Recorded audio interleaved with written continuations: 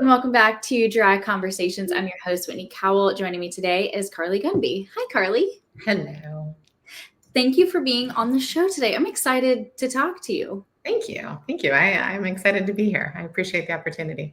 Of course. And for anybody who hasn't met you yet, can you just give us an idea of who you are and what you've been up to recently? So I work at Transfix. I've worked there for about 6 years. I was there when we were a brokerage. And then, as you may or may not know, in June of last year, we divested our operations and we pivoted to this tech company, kind of just using the technology that we had built as a broker and then offering that to the market. So it's been a journey, as most people's careers are in logistics, but it's been really exciting. So a lot of my focus over the last year or so has really been on building this business and going to market with it, and managing that on top of being a mom of 3 who are all very active in all of their sports. Big jobs across the board. Yes. Yeah. Well, I appreciate you taking the time to do that, because I know it's been a wild change as somebody who's been in the industry and watched the evolution of Transfix. I think it's really cool to talk with somebody who's been a part of that change. Yeah, it's been really exciting. It's really interesting to be on the other side of it. I mean, being a brokerage and working on the operations or sales side of the logistics is one thing, but then to completely pivot to a SaaS company and a whole new audience and selling to the people you used to compete with, it makes for a lot of fun stories. Well, I would love to just jump right into the conversation, mostly because you guys reached out to me about, I had never actually met you before until the conversation on LinkedIn started. And so I would love to maybe go back to the beginning of what happened, with your sobriety journey. Yeah. So it's really interesting. So Jenny, who's on my marketing team, had mentioned she knew you, and she's obviously worked alongside of me for years and has kind of been witnessing this journey for me over the last year, and was like, I think this would be a really interesting way to kind of talk about it and have this conversation. And so I was like, yeah, that sounds great. It's not a story that I kind of shout from the rooftops, but it's one I'm always happy to share. And it actually kind of starts with the change that was happening at Transfix and the change that was happening, last year. There's a lot going on when you're divesting business, and there's a lot of emotions. And, I had 200 people that had reported to me, and they were being divested to NFI, and they were going to a wonderful home. But there was a lot of work to be done in that. Yeah. And we had just finished the divestiture. I was in New York City. We had kind of some leadership went out, and we were kind of saying goodbye to others, and it really excited for others to come in. And it was just a night of celebrations. And the next morning I woke up and I just was like, I don't feel great. I had to get on a plane. I had to fly home to my family. I had a full day of stuff to do with work, and then after work responsibilities. So I told myself and my husband that I was just going to take a 2-week break from drinking. I needed a little space. I had so much going on professionally and personally, and I really wanted to feel more grounded. I wanted to be really intentional with what we were doing. It was a big opportunity for me to stay with Transfix. My CEO and my old CRO, Jonathan and Rachel, when we were doing the pivot, they gave me the opportunity. They said, we could do this one of 2 ways. You could be part of the deal and go to NFI, or you could stay. And that's it's a huge honor to kind of be given that opportunity, to be thought of in that way and considered. And I knew I would have my work cut out for me. I was up for the challenge, and I just wanted to be really grounded and intentional in the way that I had handled this transition. And I knew it was going to take a lot from me during the day. And I also wanted to make sure that I didn't lose any of that intentionality with my children. Right. So I decided to take 2 weeks in August of last year, and I haven't looked back. I love that. And I think for some of us, one thing that I always find fascinating is people's ideas of like what that rock bottom looks like. And I don't think it has to be this like media portrayed, we're locked up. And for some people, that is very true to their story. Yeah. But for others of us, it's very much the way that we feel by the time we make that decision is very similar of like we are just kind of sick and tired of feeling sick and tired. Yeah. Yeah, I didn't, for me personally, I didn't make a big announcement or do an overhaul. I just quietly stepped back. And surprisingly, I didn't miss it. And, 2 weeks turned into a month and then into something that felt permanent. And I never expected that. I kind of have like a parallel experience to alcohol. My mother and father divorced when I was young, probably 4 or 5 years old, and they were both alcoholics. And in order for my dad to have custody of me, he began a sober journey and entered into a program. And I was raised alongside him. With others who were also on this journey and kind of listening to their stories as a child. And then, sometimes when I didn't want to listen to the stories, I was running around what maybe was an outpatient center. I'm not sure. Like the memory is a bit foggy, but I was just playing and running around. And these people all kind of became my like aunts and uncles and grandparents. But it was a lesson in like, I watched my dad show up for me when it really mattered. And so I've always had a bit of a complicated relationship with alcohol. I didn't drink in high school. I drank a little bit in college. I definitely peaked during COVID, which I think a lot of people did. Yeah. But once I realized that it wasn't helping me in any way, it was a really easy decision personally to step away. Yeah. What a beautiful experience to watch your dad fight for himself, which in turn meant that he was also fighting for his family. Because for anybody that is an addict, we know like getting sober for somebody else just doesn't work. You have to get sober for yourself, but the impact it has on other people is incredible.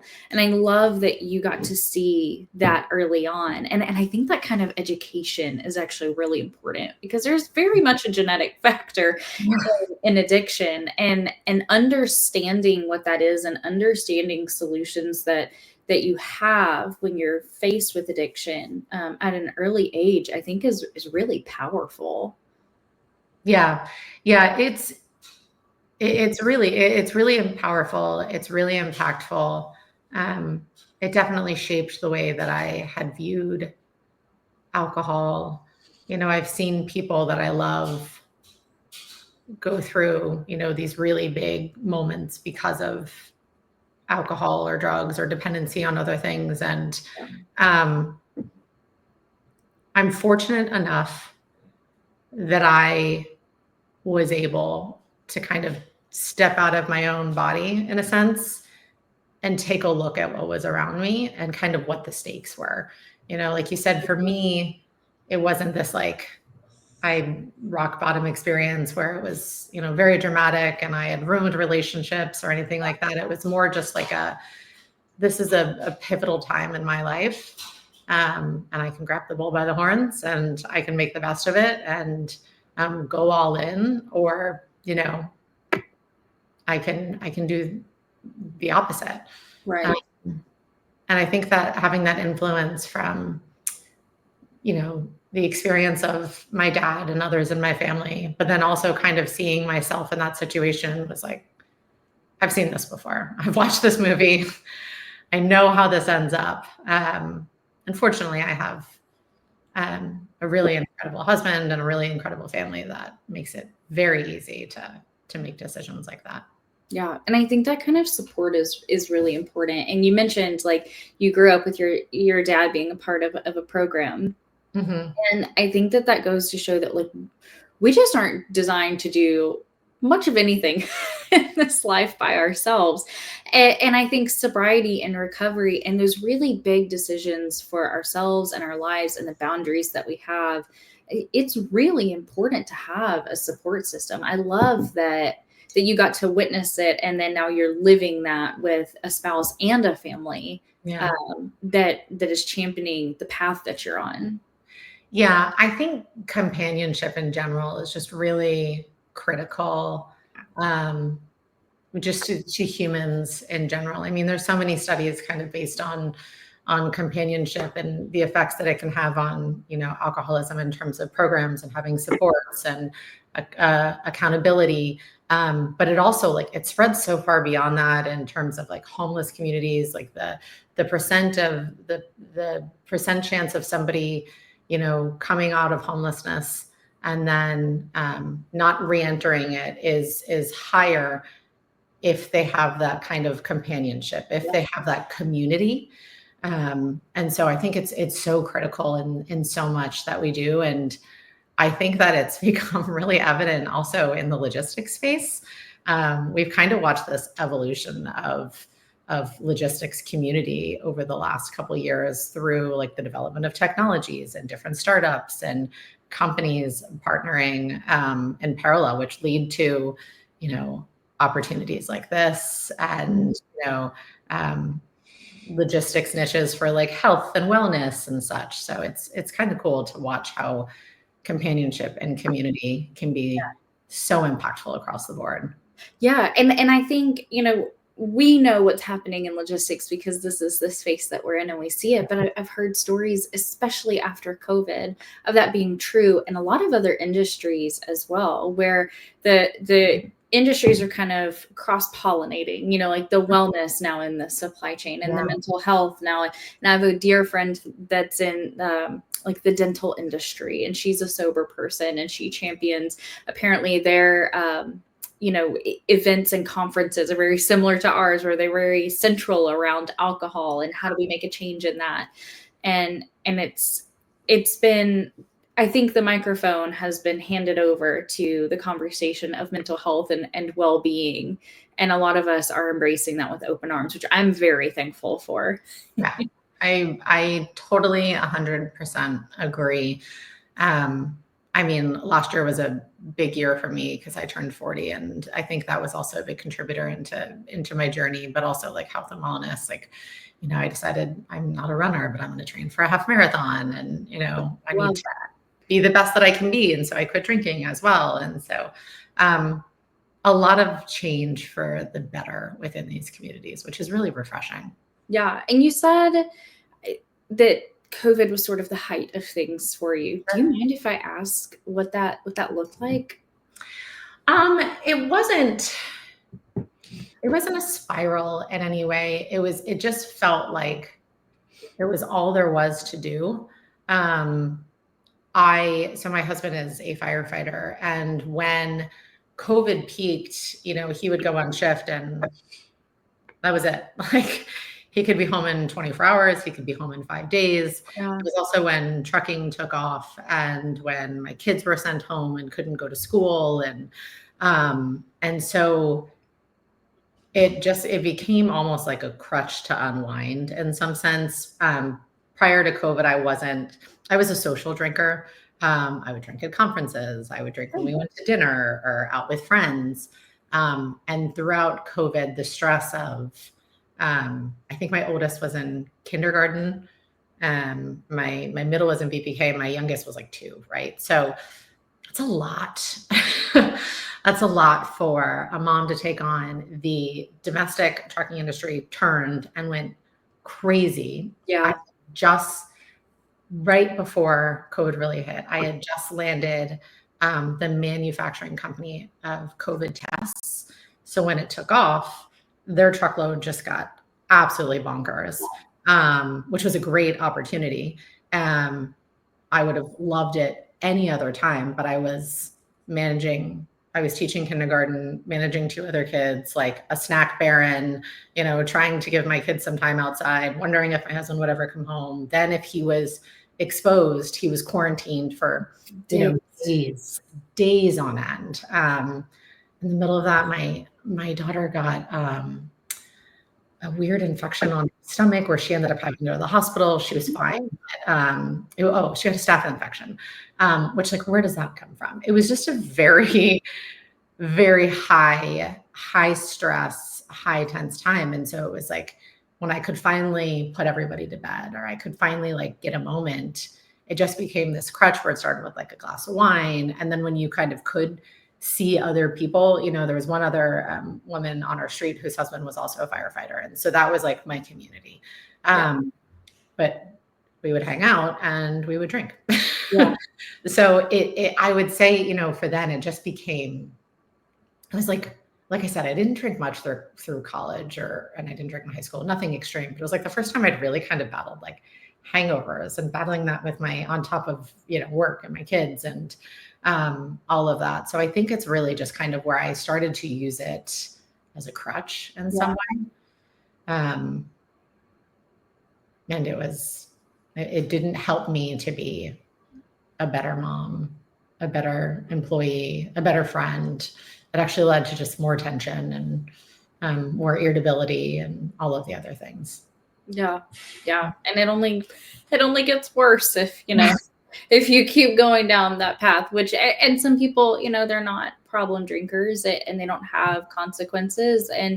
And for some of us, we do. And I couldn't imagine, you said you got on a plane hungover. That sounds like the worst experience.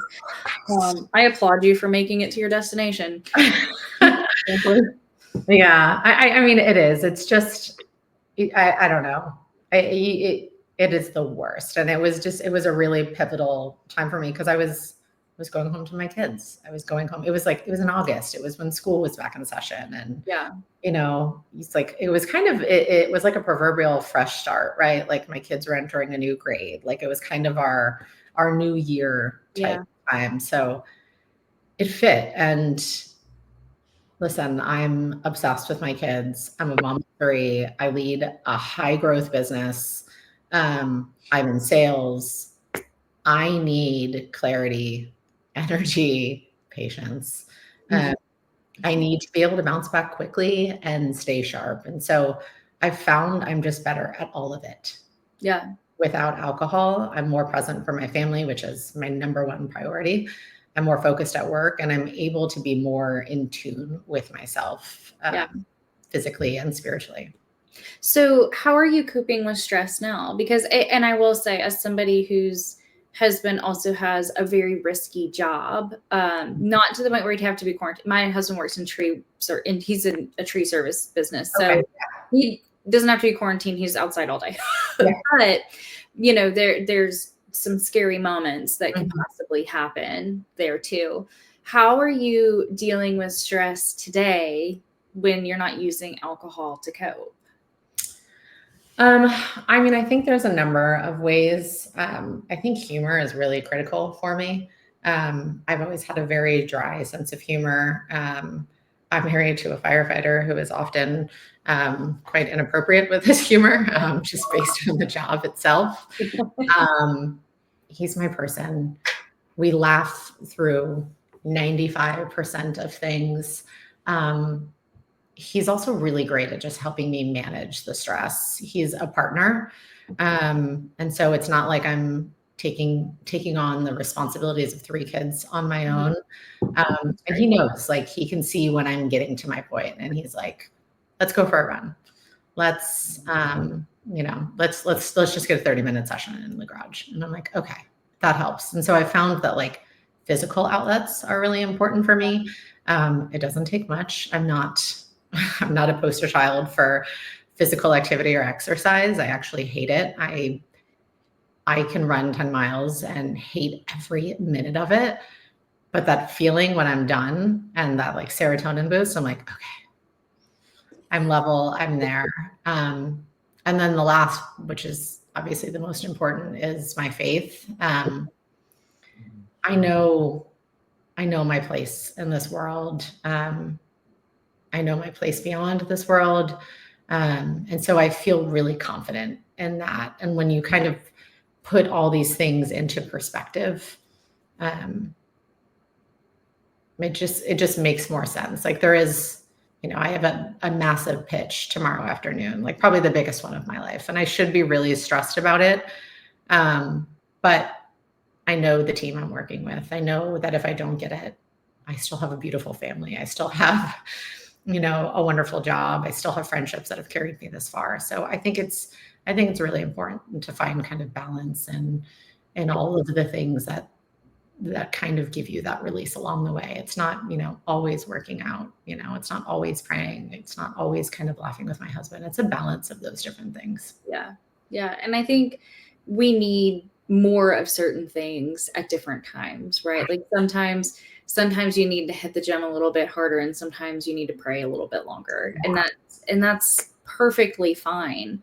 How do you think this journey has impacted you spiritually as somebody who is very strong in their faith and didn't realize how empty I was until I got sober?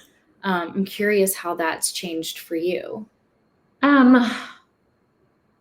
I've always been, I think in middle school was when I started attending church and youth group. And I worked at, a faith-based summer camp. And, I've always kind of found myself in and out of church for years. It's always been core to who I am. I throughout my journey with alcohol, it never took me away from my faith. And so I've been very fortunate in that. I've always just kind of known that was my rock and my steadfast. I've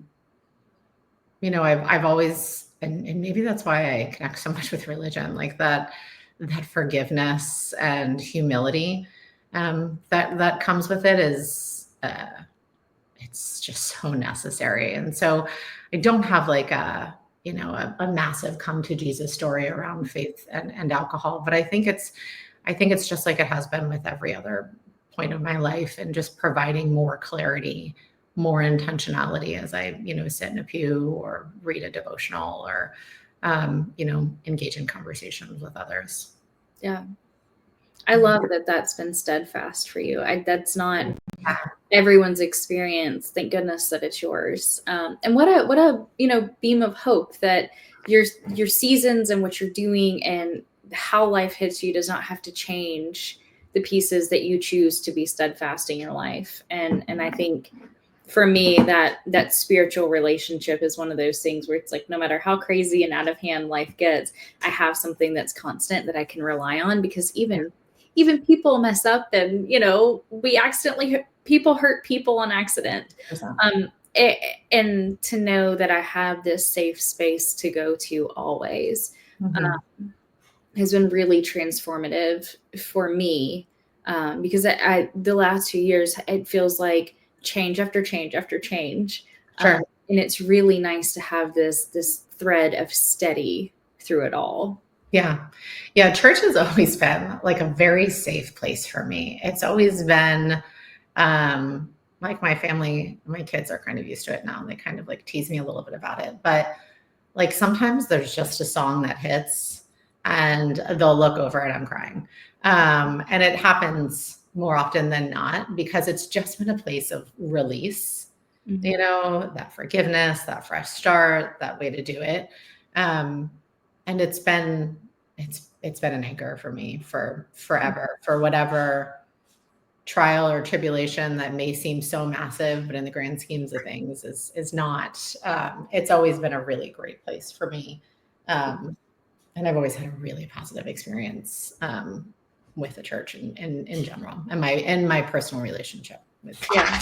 And I think something that you've brought up more than once now is that forgiveness. And I think for me, that was a really hard thing to grasp getting sober, was how do I look at the mess that I've made and the volume of mistakes that I've made and still be okay?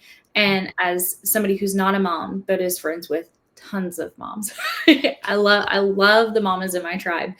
I imagine there is this depth of forgiveness that you experience showing up for your little humans day after day after day without a manual, with different personalities if you're a mom of more than one, and knowing that you're just not going to get it right. And for me, like in my addiction, I just was not getting it right. And to have this access to forgiveness, it's like no matter how far down this road you think you've gone, the forgiveness is still the same. Yeah. Yeah. I mean, there are so many times, there's so many things I'd like to unpack about that, but there are so many times in terms of like with how I parent, or when I ask my kids, like when I go to them and say, I'm sorry, I lost my cool, or I messed up, or you missed a party because I got the date wrong, or at least I joke around. I have a running joke with some of my friends that I'm the world's most mediocre mom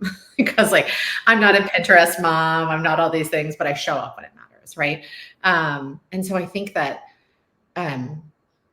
that forgiveness, like teaching the ability to apologize and seek forgiveness and to extend grace is so important as I raise humans and work through all of that, because and on the other side of it, the thing that killed me when I was drinking and that I miss the least, and it's so refreshing not to have, is that anxiety, like that hangover anxiety that came after that.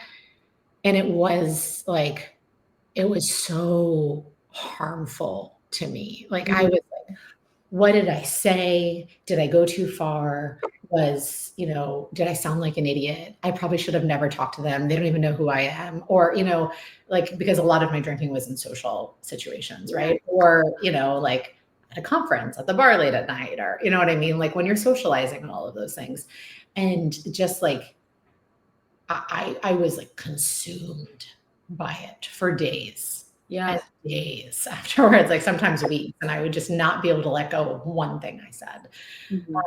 And it felt like I didn't always have control of my words, and that's anxiety inducing stuff right there. Like that. I feel that in the pit of my stomach right now. And not having that is so liberating. It's so great to like feel really good after a conversation, or, walking away from something and being like, okay, I nailed it. I feel good about it. That was great. Instead of the next morning being like, what was that? Why would I say something like that? It's a wonderful feeling. Yeah. And knowing that you have the choice today to not experience that. Yeah. You get to make that decision every single day to not experience that. Yeah. Yeah. And it's a choice that just really worked for me. It's changed my life in really quiet, steady ways. That's just been very peaceful and like really beautiful to kind of like float through, parties or conferences from a different perspective. I still have fun. I think all of my friends still drink except for maybe a few of them. And I love being around them. I've been on trips with, other couples, and we'll go to Nashville and everyone else will party. And I'm still having as much fun as I was before. And I feel better. And for me, that's enough to keep going. Yeah. And I am also in the crowd of, I don't have to have a drink to be a fun, loud person. Yeah. A lot of ex-drinkers are some of the liveliest people that you'll meet. But, I love that you mentioned being that example for your children. And I think that we get to be that in whatever circles that we're in, right? Like around other people who maybe are struggling currently, and being able to offer that kind of grace to them and being that living example, because I think our actions do speak a lot louder than our words, and your children get to see you offer them this type of coping, this type of stability, how to regulate themselves. And I think that that's really important. And that shapes today, you know, when they're 37, what they'll be able to do for themselves. Yeah. And I don't think it's too early or too late to start doing those things, to start being that person. Yeah, it's interesting how like my journey of how I was raised and, you know, having visibility to these programs and watching the struggle of it is what really kind of shaped me and helped me make my decisions. When on the other end, I get to give my kids like a cleaner version of that, a bit safer version of that. You know, it's not something that I thought was very impactful to them until I was in a social setting. We were out of town for one of my daughter's soccer tournaments. She's 12. And someone was like, "Oh, do you want a glass of wine?" And I was like, "No, I'm okay." And my daughter, like, it almost like chokes me up. Like, it just made me, it helped me realize the impact I was having on her. But she so proudly stood up. She's like, "No, my mom doesn't drink. And like, it's so good for her body and it's so good for her brain. And I think it's amazing." And I just was like, Oh, wow. like, I'm not someone who seeks validation from people, but like having your kids who are just like a literal piece of you say something that impactful, like I did it. I cried. It's okay. I'm tearing up too. It makes the world of difference. And it's why I do what I do and why I read and work and do all these things is for my family. So to have that, like, it wasn't a conversation with them, it was just kind of something that I did quietly and they observed it and like had this pride in the actions. It's enough they change your life. And this is all for the better that I could do that for them after the journey that I had, watching all the terrible side effects of, you know, abuse and all that stuff through alcoholism. So it's a gift that I get to live the way that I do, and having the impact that I do for the people around me and most importantly, my children. Yeah. Gosh, thank you for sharing that. You got me all teary up over here too. I knew if I talked about it, I would probably lose it, but it just led right into it. So, and I think that's just such a testament to, regardless of who you are and where you are in life and what you're doing, the things that you say and do matter. And it doesn't have to be on this massive scale. If it touches one person, if it changes one heart, that is such a gift. And people are watching. Your little people are watching. The people around you are watching. The people that are struggling and see something changing you, they're watching. And I think it's incredible that you were offered that validation. I mean, gosh, what a gift as a parent to receive that, like you said, from your child. I mean, that's the fuel to keep going forward, is knowing that you're making a difference. You're shaping people in real time. Yeah. I want to help create productive, loving, grace extending little humans. So that validation was life-changing in and of itself. Yeah. Well, I think you're doing just that. Thank you. I'll take it. Well, we're just out of time. That flew by. Thank you so much for being so vulnerable on the show. And for anybody that maybe wants to hear more of your story, maybe another mom that just wants to reach out, what's the best way for somebody to connect with you? Yeah, you can email me at carlygunby@transfix.io. I'm on LinkedIn. I'm happy to continue the conversation in any way that would be fruitful. Well, I think this has been an amazing episode. Thank you to our sponsors, 3PL System, for sponsoring this episode. And again, Carly, thank you so much for coming on. Yeah, thanks. Appreciate the conversation. And to everybody else, we'll see you next time.